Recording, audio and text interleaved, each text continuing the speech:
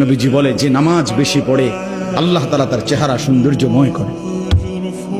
যার নামাজ যত বাড়বে তার চেহারার নুরানিয়াত সৌন্দর্য তত বাড়বে।